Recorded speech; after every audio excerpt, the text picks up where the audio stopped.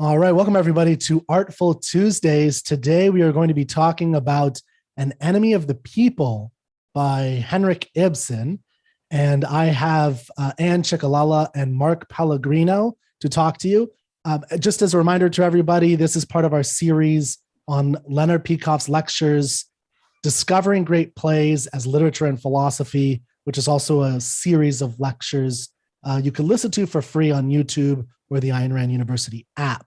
So if you have not read this play, go read it as soon as possible. Right after we're done, go get this book, go read it because it's incredible. Inspire everybody to read it. But to exactly, we'll inspire you to with Mark Pellegrino has a summary of this play for us. So Mark, can you start us off with a summary? That's no pressure. That's a lot of pressure to inspire people to read the play. That's what we're hearing, yeah. But this is for people who have not read it at all and maybe even don't know who Henrik Ibsen is. So The Enemy of the People is a play written by the Norwegian playwright Henrik Ibsen. And it was written in 1882, believe it or not, as a response to a popular outcry created by his play Ghosts. I don't know if you guys have read Ghosts. It's been many years since I've read Ghosts, but that was a sort of a critical analysis of his society's moral codes. Now, the action of the play takes place in a small spa town whose economic center revolves around therapeutic baths, which were first conceived by the play's main character and protagonist, Dr. Thomas Stockman, and later installed by the play's antagonist, Thomas's brother and town mayor, Peter Stockman. The controversy that becomes the center of the issue of the play and the moral litmus test, I think, for the reader and the town and the platform for the play's theme is Thomas's discovery that the baths are contaminated by a harmful bacteria that could make everyone who goes there very, very ill. Now, at first, the news excites an immediate rift between the oligarchic elements of the town, represented by Peter Stockman, whose narrow financial and reputational concerns compel him to urge caution with respect to the release of the new information, and the putative liberals of the town, Billings and Hofstad, who are the editors of the newspaper, aptly named the People's Messenger. Both men and their printer, Aslaxon, try to say that 5 times fast, pledged their undying support for the release of the news. And I got the sense that with Aslaxon's support, there was a foreshadowing of an injection of political concerns that would, of course, complicate the simple matter of right and wrong. So, of course, heartened by the early support and thinking the majority of the townspeople will be behind him, Dr. Thomas Stockman forges ahead with the truth.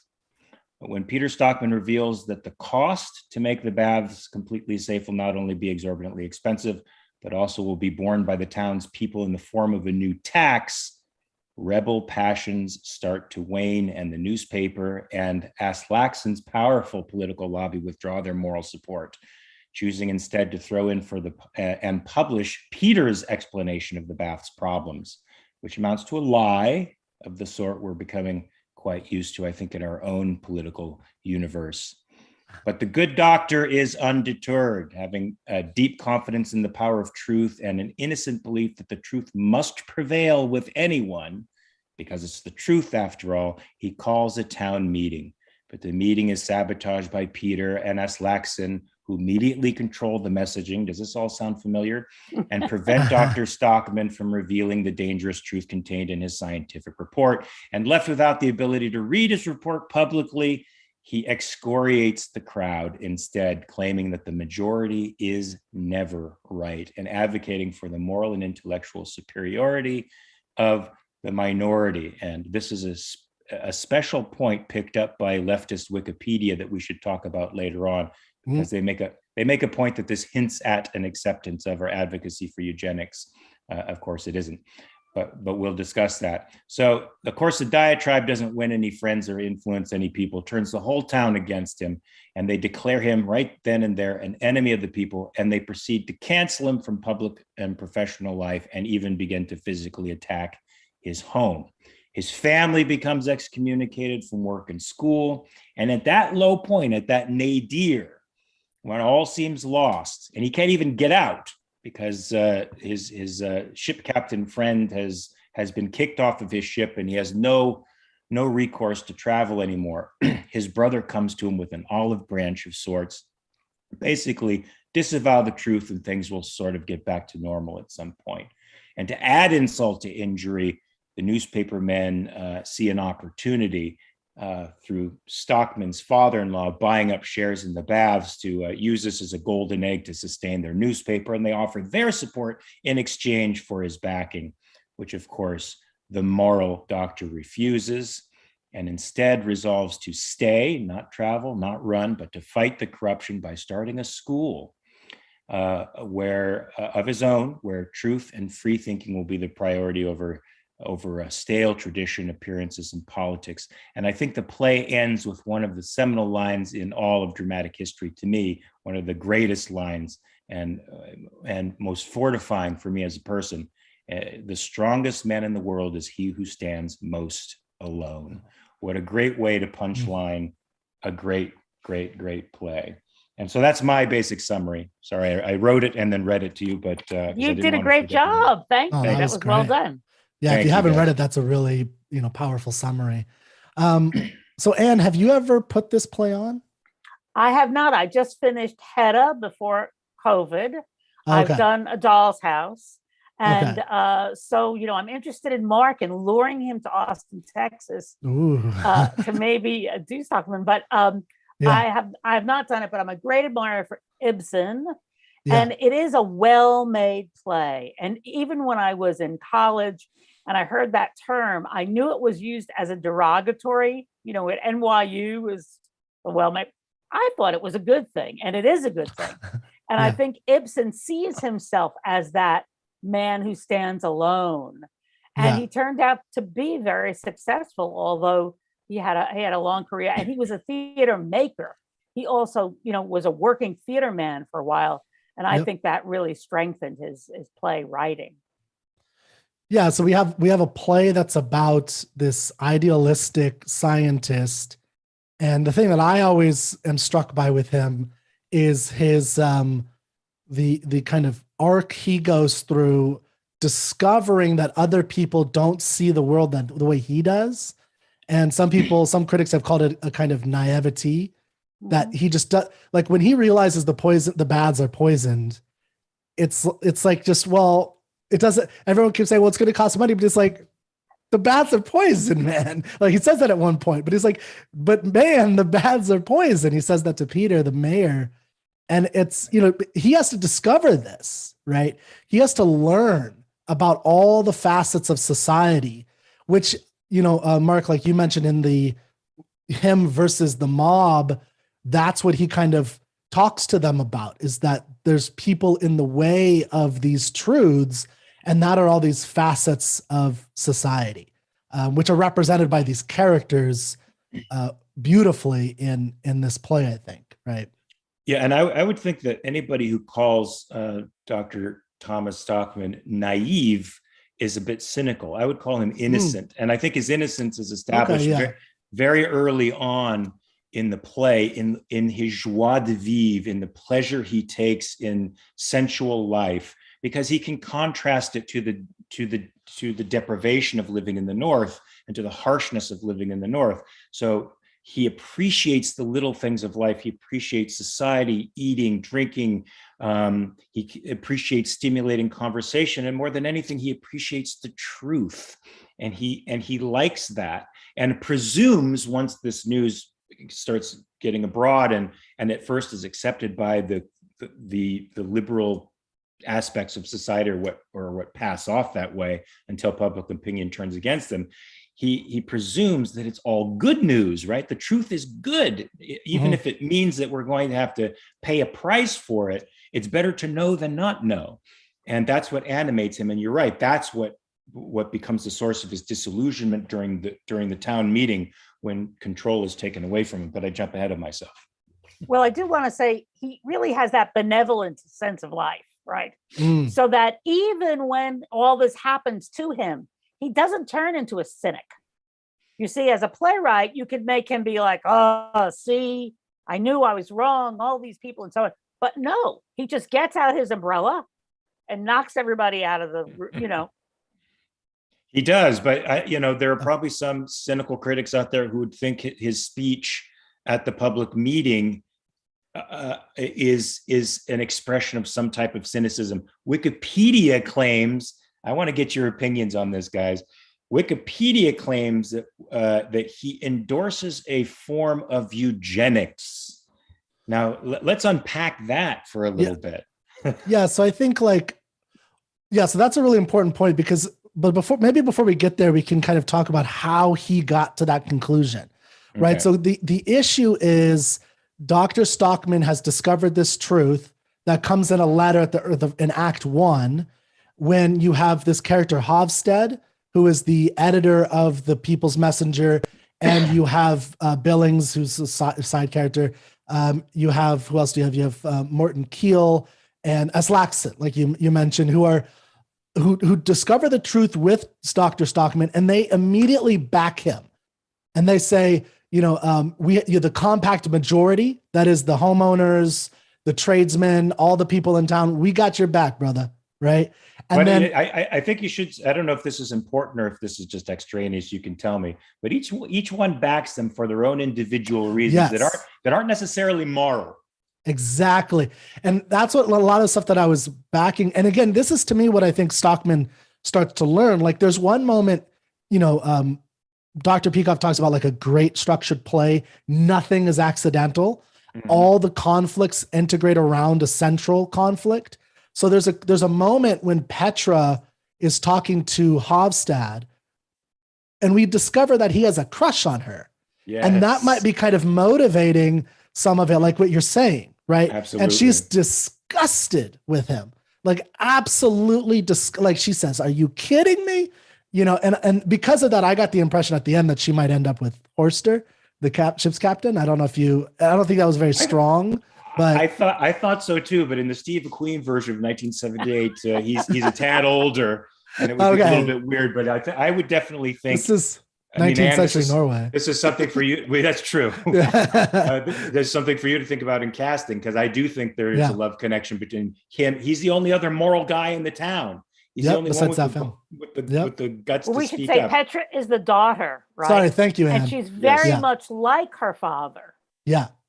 Even more powerful the father is reserved in many respects, and sometimes I would say to a fault, and I think his daughter is fiery, just completely filled with righteous indignation, as she should be at all of the things that are happening. Anyway, I didn't mean to interrupt the. No, I think that's all wonderful, because Ibsen loved young women and young actresses, and and really the school comes from her, right? She's thrown out as a teacher because of her father, and this idea of start over again. Yes, and so Petra's a school teacher. She also has a side project with Hofstede to translate something into English. And again, because of this whole discovery, all the interactions are kind of thrown into disarray, and everyone has conflict with each other, which is what makes it a great, well-structured play. There's no, nothing is accidental, right? And so Petra's the daughter. She's a school teacher. Dr. Stockman gets this discovery. He has the backing of all the elements of society, but they start warning him about, well, I don't think your brother, the mayor, is actually going to be super happy about this. And he's like, how could he not be happy about this? Of course he is. And do you remember the first thing that Stockman believes and Mrs. Stockman believes might be the reason why Peter, the mayor, won't be on board? Like his, I think it has to do with sharing credit with the development of the best. It's such a perfect psychological profile of a political parasite. It's so perfect. Yeah. And that's what they think. And there may be some of that involved, but it's definitely, we learn in Act 2. So we move into Act 2, which goes into the dining room. And that we start to learn that there's starting to be cracks in this whole Dr. Stockman's belief and his backing by everybody. And the mayor comes in I always picture him as a super lithe, tall aristocrat, almost with a top hat type thing, right? And he's in there. He won't eat anything because of his digestion, right? Where Dr. Stockman is like full of life and vigor, and he's out with walks with his sons, and and you have this man who is going to blow away with the wind. And he's there to tell him, no, we can't do this. And I'm going to go to war with you. And that happens. And then Act 3, right? We have the scene at the editor's office. And now this is that's all important, but now we have the complete collapse of all of the backing that he has. So the editors, who, like Mark said, that they're no longer going to back him because they're afraid of a fight, and they're afraid of that it's going to cost them readership. It's going to cost the little people too much money because the rich people aren't going to pay for it, which is what Peter says, the mayor. Now we get into what you were talking about, Mark, and I think this is, so now he's all alone. There's no backing except for his family, but it's literally him standing on stage, right, with a mob of people all around him, screaming at him, shouting him down. He's literally being censored because when he tries to give a talk, they're like, you can't talk about the bads, right? They won't let him talk about that. And then he comes up to another discovery. And Mark, and if you want to take this is what, Mark, you were talking about earlier. This new discovery, which is not about the poisoning of the baths, but a different kind of poisoning. And what's that poisoning about, that one? And what did you talk about? It's the poison of crowd ethics. It's the poison of the majority, of the concept of the majority always being right. And he realizes that the majority is always wrong. What they have on their side is might, not right. And he proceeds to make his case by metaphor, in which he talks about the various breeds of dogs and what to be expected from the various breeds of dogs, and that certain people are superior to other people, individuals. He's talking about. Now, this is where the concrete bound leftists at Wikipedia decided that what Ibsen was sort of promoting was a type of eugenics. Mm-hmm. Now, I would like to get your perspectives on it. Was I misreading it, or am I my mind immediately turns to John Adams's concept of the natural aristocracy, the idea of they're simply, or it's a metaphysical fact to me, there are just simply people who are born more intelligent, they have more energy, they cultivate themselves, they're more motivated, they stand out of the crowd because they don't buckle to mediocrity, and they are people who should be listened to, and they are the people who move us forward, whether we like to admit it or not. And the rest, the hangers-on, the majority, owe their existence to these few folks. Yeah. Well, I guess I want to say a couple of things. It's about the individual, right? So there are some extraordinary individuals who can speak the truth, and individuals can decide to hear them or not. But the crowd is expressed as fearful and evasive. I mean, that's what's going on, right? It's like, when you read it, you're like, well, how long is this going to last? Once people start to get sick, what are you all thinking?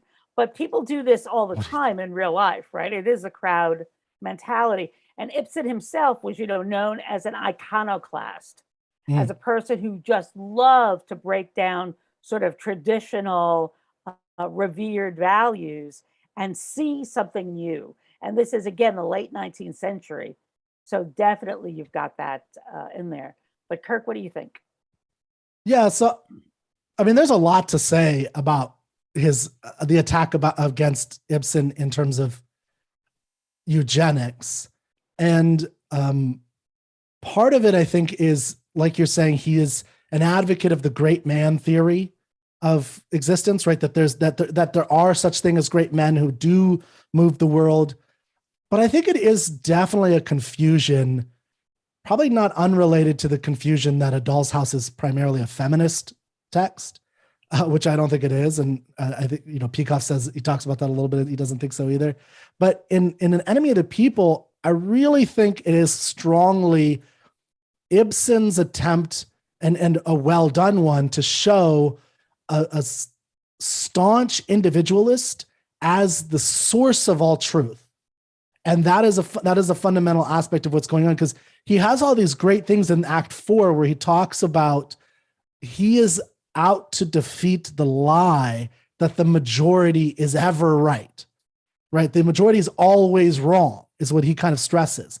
And this is a whole new thing. If you think about, society's trying to build up from monarchies into democracies, this kind of new lie that the democracy is the majority is in the right. That's how a democracy is supposed. That's what we're told in America. If the majority says so, it's true, 51%. And it's like, no, like the one, and he's screaming, no. Yeah. Mark. And with science, we're told it's the consensus. If it's the consensus, you can't buck it. If all of the scientists from Harvard and Stanford and the IPCC and all these groups are in agreement, then we can't say no. Yeah, here's a line. The majority never has the right on its side. And he says in that same speech, I don't imagine you will dispute the fact that at present, the stupid people are in an absolutely overwhelming majority all over the world. And now this is kind of a prelude to what Mark is, that's not quite the eugenics sequence. We'll talk about that in a second, but it's leading to what people think is eugenics. But he's correct that there's something going on in society, that the forces that come up to the top are these evasive forces that Ann talked about, where again, the whole question of like, what are these people going to do when people start getting sick and dying? And in fact, Stockman talks about that the whole, Thomas, the doctor, the whole reason he went and investigated the baths and got samples and sent them to the university is because there were like 2 sick people with really bad sicknesses that had come there to get healthy, and they had these new diseases. And he's like, what's going on? Is this, he's just experimenting and trying to learn what's happening. And this is his discovery. And then you have all these people who are evading that discovery and what it means. That's true. And that shows that to me highlights Rand's idea that evasion is probably the worst sin you could possibly commit. And I think it should be mentioned here that he was the initiator of the baths. He dreamed it up. It was his brainchild. But Peter in the municipality decided to build it where it was, which was the contaminated site, because it was cheaper. Yeah. So they decided to evade reality all the way down the line. So they're evading reality from the very, very beginning and to the point where we catch them attempting to avoid the consequences of their evasion later on. Can I ask Mark, please, what appeals to you about this play and this character, Mark, as a theater performer? I think there is no more appropriate play for our times than this one. I think this is one of the first plays that I'm familiar with where a man gets canceled for being right, and the majority is viciously, savagely attacking him and completely in the wrong. And I see that in social media. I see the public square becoming a much more violent place in the sense of the lowest common denominator sort of leads the pack. Of the bromides and the bumper sticker slogans are the things that people follow, the flash and the glitz, and they leave the substance and the truth behind, and they torment and cancel the people who are bold enough to stand up and say you're wrong. So as a play that shows, cancel culture in action, but the dynamic strength of the individual who has truth on his side and can come out the other side victorious, even if that victory is in 2 generations, because it takes all that time for Petra to educate, enough people to then, saturate the culture with strong-willed, strong-minded, independent thinkers. So be it. So I think it's a very appropriate play with today's cancel culture. Thank you. I've been a victim. I don't like to call myself a victim. I've been an object, I would say, of people canceling me, and I refuse to back down. As Alex Epstein has just been a victim, not a victim, an object of cancel culture with the Washington Post hit piece. I came out on his side and will fight with. I feel a little like Petra, to be honest with you. We'll fight hard with anybody who's got truth on their side and has the cashews to stand up against these loudmouth mobs. Yeah. And I think that's one of the things that makes it also great art in general, is that it's abstract, and that I think a lot of people who see themselves as the individual fighter against whatever, they can see a little bit of themselves in Stockman, which is probably one reason why many people on the left will even champion something like this, sans the eugenics issue. And I think this I think Ibsen is a creator of the problem play, is one thing I've heard about, or at least in the modern sense. And this in movies is so common, right? Like where you have, Jaws coming out, people want to evade, the town wants to evade the sheriff, everybody. And then there's one guy who's going to go out there and kill Jaws, right? And that's kind of the American version. Or even Don't Look Up. That's great. Yes. Like Don't Look Up is another thing that is similar. I just watched it for this reason. Because again, are you one of the only objectivists who like that movie? Well, so that's a whole separate conversation. I was surprised that it was better than I had anticipated, that it was in terms of its satire and what it was focused on. But yeah, I mean, I used to work for Alex Epstein, while he was working on his book, the first one. And so it's very hard for me to see any of the climate stuff as not being ridiculous. But anyway, but yeah, I mean, like having this very existential crisis that's hitting them, and they're, what are they going to do about it? And I did want to finish off the eugenics conversation. Not that we were having a conversation about eugenics, but about what was happening in this play, by maybe reading you a passage to see what you think about the specific moment when the citizens ask, "Are you calling us dogs and animals?" And Dr. Stockman says, "Yes. But bless my soul, we are, my friend. It is true we are the finest animals anyone could wish for, but even among us, exceptionally fine animals are rare. These are the tremendous difference between poodle men and cur men. And the amusing part of it is that Mr. Hofstede quite agrees with me as long as it is a question of four-footed animals." And then he goes on to say that they will talk about it in private, but in public, they won't admit it. But that's the truth. So is that eugenics? Is what Dr. Stockman is talking about eugenics? Is that what he's referring to? That's Mark's question. And but I think we've never defined eugenics in this conversation. So let's say he's not saying we should kill people. He's not saying we should mate people.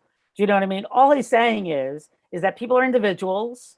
Some people are better or smarter or more good looking or stronger, whatever, than others. Some people are poodles, which I think is really funny. But I don't think that's what this play is about. I understand that in contemporary terms, Wikipedia wants to pull on it, but it's like it's a moment in a speech. Wikipedia wants to pull on it because leftists don't like individualism, and this play is about individualism. So yeah, you're right. It's not about breeding people to get a superior being.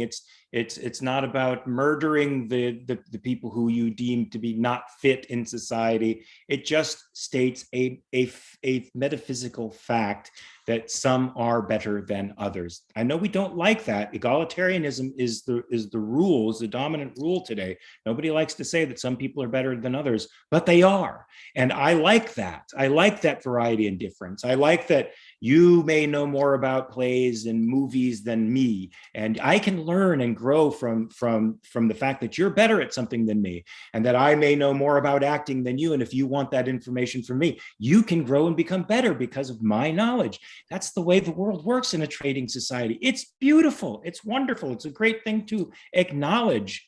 Hey, but we celebrate it in sports unabashedly, right? We cheer on the winner. Yeah, and if I could just say that I do think that this is a huge misinterpretation, as you're saying, but he is advocating for something that I do agree with, which is, because if you remember the very ending of the play, so if you haven't read the play, it's okay, we're going to spoil it for you, but go read it. He wants to find the most awful ragamuffins of the street to make them this person. So the issue isn't that you're born into an aristocracy, that you're born into something, that you're made this way. His whole point is that it's the truth seekers. It's the ones who choose to go forward into new discoveries and constantly make new discoveries and go forward. They're the ones who are the fine people, the great men of that generation. So it has nothing to do with what we might think of as eugenics, which is purging certain people of certain colors, skins, background, things like that. It's not that. It's saying, hey, we have to educate people to not be like Peter and evade this thing that's going to kill us, to not be like Hofstede and so on and so forth. That's exactly it. That final statement where they decide, since they can't get anybody in the establishment, everybody else is too afraid, we'll pick up the people who are too poor and the ragamuffins of the street, will put them in our school. It shows, it gives the lie to what Wikipedia insinuates by the outright claim that human beings are self-made. You take these people and you make them the aristocracy of the future by giving them the proper information and giving them the tools to think and be independent. Well, ironically, in the early 20th century, this is what Maria Montessori does, right? We think of people with money sending their kids to Montessori schools, but Montessori in Italy was taking people who were disabled and not necessarily the top people at all, and experimenting and getting them to discover for themselves. Hey, Kirk, don't forget, I have to ask a question. Yeah, so thank you for that. We do have some people on the chat. By the way, speaking of Montessori and great education, we had Lisa Van Dam on the chat talking to us a little bit about Horster. So thank you, Lisa. That is a good example of like, getting a good, it doesn't matter, where you're from. It's about the choices you make to become the better person that you can be. Now, there is a question that is out there that I want to ask both of you, and I have a little bit of thoughts, but I think you probably have better things to say about it than I do. And that is, so this is a comedy, and it's not a tragedy. It's not a tragicomedy. So the idea is that there's supposed to be laughter in a sense throughout. And, there's a satirical elements to it. Here's a question from Dr. Chim Richards. Does the comedy detract from the seriousness of the theme? What do you think of that? So this was kind of like into my question mark about, like, so how is this a comedy? And I've been thinking about it, and I just think there's a sense of ebullience, of life affirming quality to it, that you're laughing at the evil. You see? So I don't think that it diminishes anything. I think it elevates the whole thing. But I'd love to experiment with working on it in that sense of the positive comedy of it. But Mark, what do you think? I agree. It does not detract from the theme. I think evil should be laughed at. I make this point often with the character that I played on Supernatural, that started out in season 5 as the big bad and something to be feared. Evil was a very, very potent force in the universe, to becoming the small imp on your shoulder who is more talk than action. And I said, I tell people all the time, I was very happy to play that small devil, because evil should be laughed at. It should be lampooned. It should be hilarious to us because it's powerless. It's parasitic. And I agree that I think highlighting the comedy of it would promote that idea that evil is powerless. Truly, even though they may win the day, we know who's winning the future, and we know what road that town is on. We know we're in a couple of years that Peter's going to come hat in hand, his reputation ruined, the whole town ruined, begging for Stockman to probably be the new mayor again. Well, because remember, he fought for the bads originally. So they say this in the conversation between Peter and Thomas. He says, "Why do you have to be so obstinate or whatever? You fought before," or Thomas says, "I fought before, and now I'm gonna have to do it again," basically. So this is a recurring thing, like you're saying. So it's going to happen again. And that's why he comes, I think, to the discovery that it's all these things poisoned. Now, here's the challenging question about the humor aspect of it is, so if you compare him to Thomas Stockman to other characters, in fact, we have a super chat. Dr. Chim Richards is asking about Joan of Arc. And I would even, throw in there Antigone. So, which is a very serious person. Antigone is deadly serious, literally. And there's a silliness to Dr. Stockman. He puts on the hat and he dances around, and he's eating, he's always eating, he's robust and drinking, give me my toddy. He chases him with an umbrella, right? There's a silliness to not just to the play, but to Stockman. So the question is, what does that do to him? If we think about him in comparison to other other heroes. I have to answer this first from an actor's point of view. First of all, I don't think an actor should ever look at his character as silly or judge him in that way. If I were to look at him, I'd say he's innocent and he's boyish, right. And he has the passion of somebody like a kid who is experiencing things for the first time and is unabashed in his expression of joy. He has joie de vivre. He's playful. Yes, he's playful. Yeah. He's a hoot to have at parties. That's why and he's social, and that's why he has a dinner party in the very beginning, and that's why Petra, who's also a woman of passion and great depth, loves him to death, and he loves his kids to death. He does everything 100% full throttle, and his brother is the opposite. He's like the photo negative of him. He's all reserved, puritanical, thin, crusty, dry, nothing about the joy of life in that guy, everything hinging on his reputation. I think of Dr. Stockman more as the fat Buddha, the guy, the joyful They're Buddha. always smiling. Yeah. Well, and I love the line where he says, go to Morton, his son, and Elgleff, go get my cigars. And then he says to Hofstad, yeah, I think they sneak some once in a while, right? Like he's always playing and having fun. I definitely see that. I'm sorry, Anne, go ahead. All I was going to say is, our next play will be St. Joan. And I think you're going to see a lot of comedy in Shaw. I mean, it's almost like Shaw can't help it. And sometimes Joan is a little bit the figure of comedy, but we know that she has something beyond. But Joan herself sometimes is being funny. She's intentionally being funny. So it will be interesting. Antigone, as you say, Antigone's, coming from a religious context in terms of the theater and all that. So there's not a lot of humor in Sophocles.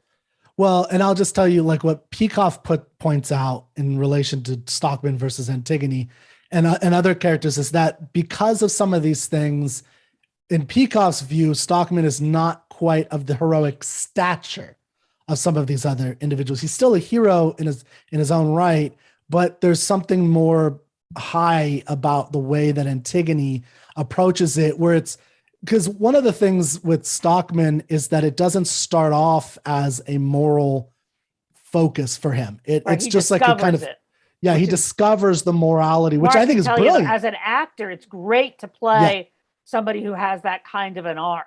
That's amazing. Well, to him, the truth is just self-evident. He doesn't expect there to be a conflict. Exactly. Right. And the arc becomes an epiphany for him with respect to people. But I do, and you're right.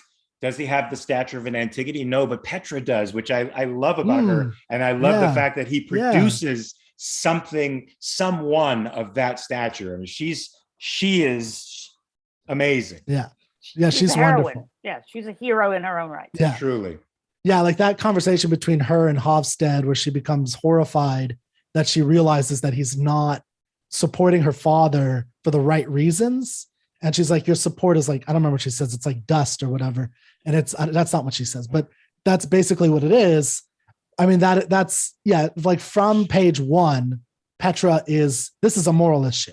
Like she understands, I think, more even than Thomas. Her character is so amazingly painted. She talks about, she works. That's her joy. And she loves feeling exhausted at the end of the day because she knows she's created value. And that's her whole orientation. And she's got such integrity that she cannot translate this book that espouses ideas that she is fundamentally against, that she finds immoral.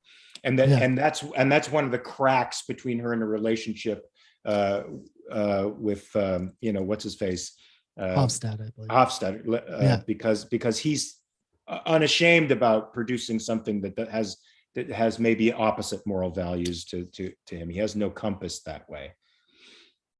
So someone's asking Molly Johnson, is there a parallel with Petra's response to Hofstad, I believe it is, and Antigone's to Ismene? Ismene is Antigone's sister, who at first says, I won't help you bury your brother. Now, we've done a video on this, so go see that video, Antigone, that we did a while back. We have a playlist now for the 8 great plays we're doing. But, and that's an interesting question. So Ismene says no right away to doing this, and then she later says yes, whereas Hofstad says, yes, I support you, Stockman, but for the wrong reasons, which I guess Ismene is doing it for the wrong reasons as well later when she does say yes, right? And that's why Antigone was like, no, I don't want your support. That's the issue, I think, is that this is a moral, righteous, religious issue from the beginning, and with Stockman, it's not that or he doesn't realize it is that until later in the play. Because Dr. Stockman has this line to Mrs. Stockman where he says, do you know what I got? Basically, do you know what I got, baby? I got the compact majority behind me. And I always love that. And because he doesn't know what that means. He doesn't know how fickle that is. And the problem with having the compact majority behind him is that it's fickle. And what he should have said is, you know what I have behind me? The truth. That's all he needs is the truth, right? But it's not that. He wants the compact majority. He wants praise. He wants adulation, which he deserves by all rights. It's so. I'm laughing at it now, but it's just so innocent, especially when he thinks he has that, and at the moment, and he seriously says, "Guys, look, when this comes out, I don't want any parties thrown." Oh, yeah. I don't want the praise. Yeah. I love that. That is so great. It's a shame that the 78 version with Steve McQueen, they didn't get any of that. And Steve McQueen was such a great actor, but he didn't capture that sense of the profound innocence and boyishness of the character. Yeah, so I never watched it. I'll have to go back to it. Now, I know we only have a few more minutes. If you have there's so much to talk about. I go through every moment of this play. I did want to ask you guys a little bit about Arthur Miller's play. So just so everybody knows, and I think this is related to Steve McQueen. This is like adaptations or not that wasn't an adaptation, I assume, but how this might be portrayed. No, it actually was. Oh, that was an adaptation of course. Okay. So, well, it's this whole, it sounds like it's the ecology movement of Arthur Miller's time. Yeah. It sounds like he's an environmentalist, and that's the direction that, he's a socialist, and that he was using it that way. But Ibsen is just, when I said iconoclast, I mean, he is, just not willing to go with any group. Yeah, like Arthur Miller cuts out that line that you were, or he douses the fire of that last line that Mark read. I think with, this line, and the strong must learn to be lonely, which I don't know. I mean, as a last line, that's like a downer. Yeah. And it's such a weird, versus that the strongest man in the world is he who stands most alone. That alone for me made me hate the Miller play. Perfect. Yeah. I mean, that alone makes me hate the Miller play. Because all of it is so much of him dousing on this great play. Because if you read the play by Miller, you may not know the difference if you're not paying really close attention, because there's very subtle things. And I know it's been a while since both of you have seen it, but this is why Peikoff recommends, and I back this, and I'm sure you guys do too, a little bit, is trying to get as close to the source as possible. Because with these types of things, if you see an adaptation, no matter what, you're going to get, the actor's view of it. You're going to get the director's view, the, cinematographers, everybody's going to have their say, and it's not going to be quite Ibsen. Doesn't mean it can't be great or even better, but it's, sometimes going back to the source is really. Well, I always think of reading a play as like making a movie in your mind. So you get to make your own movie if you're willing to put in the work. Read the play. Every time I've read Arthur Miller, whether it's All My Sons, Incident at Vichy, Death of a Salesman, The Crucible, or even his version of Enemy of the People, I mostly wonder what kind of father figure he had, because he is extremely cynical. He's an extremely cynical and cowardly man. Let's face it. I mean, he didn't face the Committee of Un-American Activities. He didn't face up to his socialism. I think he still bought it to his dying day. I don't think there was any moral reformation on his part, but he does seriously have an inverted sense of morality and right and wrong, but he's a moral playwright and asserts that throughout all of his plays, which are disastrously cynical and negative, as far as I'm concerned. Yeah, and I guess my only point the Crucible. was I did like The Crucible. I have to admit, that's one I've seen. The Crucible is good, except when you put it in the context of what he's trying to say, it becomes evil. It's great if you're really highlighting the fact that people hunted others for crimes they did not commit, persecuted them, and destroyed their lives. That really did happen in Salem in 1692. But communists were real. They weren't witches. They existed. They were undermining the fabric of our society. They were in the highest offices of government, and they were corroding us from the inside, and still are to this day.